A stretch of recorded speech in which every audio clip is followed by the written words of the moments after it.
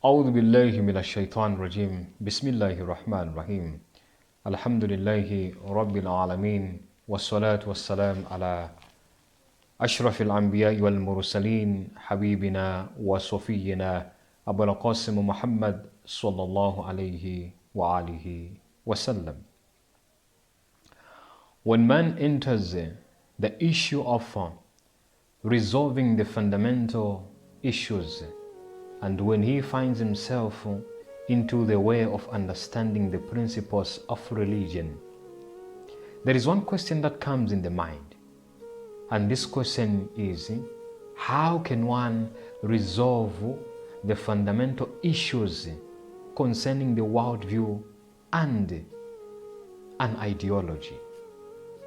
This is in the process when man is realizing the principles of religion and the principles of a true religion. This question can be resolved in philosophy. And in philosophy, the intensive discussion of these understandings on how to resolve this question about worldview and ideology is called epistemology. Now, somebody will ask a question out there: what is epistemology? Epistemology is a study of knowledge, simplified in this way. This is the study of knowledge. And what is knowledge? Knowledge is information. Knowledge might be true and it might be false. But that is not the point of discussion we are talking about here. We are talking about how can man resolve the fundamental issues of finding the correct worldview and ideology inside the realization of what? Of the practicals or principles of religion. So, we find this solution in the field of philosophy. And inside the field of philosophy, there is a discussion of knowledge itself, which is called epistemology. And under epistemology, we have the four kinds of understanding. These are the four types of understandings which we consider and which we call them to say the epistemology in the field of philosophy. Number one, experimental understanding. Under experimental understanding, this is where we find the understanding we perceive through our bodily senses. This is known as experimental understanding. Nevertheless, intellect, however, plays an important role in defining or refining and analyzing these sense perceptions. The experimental sciences such as physics, chemistry, and biology are founded upon experimental understanding. So, this is what we find in experimental understanding. That is the first part of epistemology, the study of knowledge. Number two, the intellectual understanding.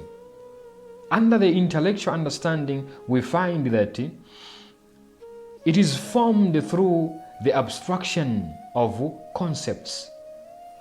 The process is greatly assisted by intellect.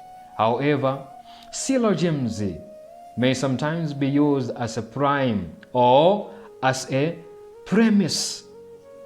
The domain of intellectual understanding is logic, philosophy, and the mathematics. Number three, devotional understanding or religious understanding. This understanding is based on information that has been previously gained through a reliable source and has been accepted because of coming from a trustworthy person or authority. This type of understanding can sometimes be stronger than those beliefs which have evolved from sense perception and experimental knowledge. This is the third one. Number four, mystical or intuitive understanding. This type of understanding is contrary to all of the above mentioned understandings. The essence of the reality is known without any assistance from mental concepts, intercession, or any procedure whatsoever. This is mystical understanding. Having divided the four forms of epistemology in the process of resolving the fundamental issues of a worldview, we can easily have an understanding on how we can still marry different forms of the worldviews that we have with these understandings and with these types of epistemology. Number one, we can marry the experimental understanding and epistemology with the scientific worldview. It goes hand in hand. This is where you find the process and the concept of experimentation using the senses. For example, accepting this scientific worldview using experimental understanding. That is the marriage that we can give to the experimental understanding with the scientific worldview. Number two, we talked of the intellectual understanding. Under the intellectual understanding, we can have the development of the philosophical worldview. In the philosophical worldview, marrying it together with the intellectual understanding, we find that there is an intellect, or there is an intellectual mental perceptions and concepts that are there to prove something, to have an understanding of something. For example, what we mentioned about syllogisms, mathematics, physics, and chemistry is found under this one. You use what? You use an intellect, you use intelligence, you use logic with this kind of understanding. So we come to realize that inside this intellectual understanding, we have the philosophical worldview. Number three, the one that can be married to devotional understanding. This is the religious worldview. Under the religious worldview, we see that there is the concept of getting some knowledge, getting some information from the reliable sources that is already there devotionally. That is what we can understand and what we can marry with the religious worldview.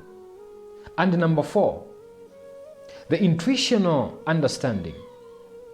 The intuitional understanding, this is the understanding that can be married to the worldview that is called the Gnostic worldview. Under this worldview, you find people that are realizing with the existence of themselves, with witnessing themselves. So they're in the process of proving something just with the witnessing of their existence. This part of worldview can be a very bit difficult to understand to the people that are just lay understanding the process of philosophy. But it needs deep diving and deep digging into philosophy in the process of proving some of these things, and in the process of proving, for example, the existence of God. Because sometimes with this Gnostic understanding, a person might do distortion. A person might do something that is wrong under this process of witnessing themselves, for example, in the process of proving the existence of God using the Gnostic understanding. So it needs to be very careful, and it needs the people that are deep into philosophy to understand. Now let us look at which one of them is most suitable and is more understanding on how we can use it to resolve the fundamental issues. For example, the issues of finding out religion and the practices of religion. Inside it, proving the existence of God. When we begin by the first one, which is the scientific worldview, the scientific worldview cannot be used for us to prove the existence of God. Why? Because we cannot put God in the laboratory. Most of the times, under this scientific worldview, we have got these experiments, and we cannot use experiments in the laboratory to determine or to prove the existence of God, the existence of Allah subhanahu wa ta'ala. When we go to that understanding that requires religion, here, as the concepts are prepared already, inside this religious worldview, we need an already accepted principles that are laid down there. For example, under the sources of Prophet and the Quran, or for example, the Bible and other uses there, you cannot prove the existence of God just because, for example, the Quran says that God exists. People will always have questions about that. For as long as they don't believe in them, for as long as they don't believe in Allah, they don't believe in God, they'll always have questions about it. So, at some point, you cannot use something that is already there to prove the existence of God under that one. When we see also the other one, which is the intuitional or the Gnostic worldview, the Gnostic worldview, it requires an individual. The person that is into this Gnostic worldview, it requires this person to understand and to witness the existence of Allah within himself. So it becomes difficult to prove it to others, though it needs a lot of understanding out of it. So we come to realize that the strongest and the most worldview that we can use, for example, to prove the existence of God, to prove the existence of Allah under the path of the principles of religion, to use it as in solving the fundamental issues of the worldviews, is the philosophical worldview, which is based under the intellect understanding. Logic is there, mathematics is there, syllogisms are there. This can allow us to even go as far as the metaphysical realm of understanding. Why? Because we are deep into philosophy. So this is the kind of worldview we can use to resolve the fundamental issues. Rather, it is not that, or it is not because these other understandings or these other worldviews cannot be employed to be used. They can also be employed on top of the intellectual understanding or the philosophical understanding. They can be employed to prove the existence of Allah under the forms which they are limited to themselves. For example, when the intellect is used and when philosophy is used to prove the existence of Allah, you can also use some of the scientific understandings with what is there, which is existing. Things that are there, which we can see with our eyes, which we can feel, which we can test.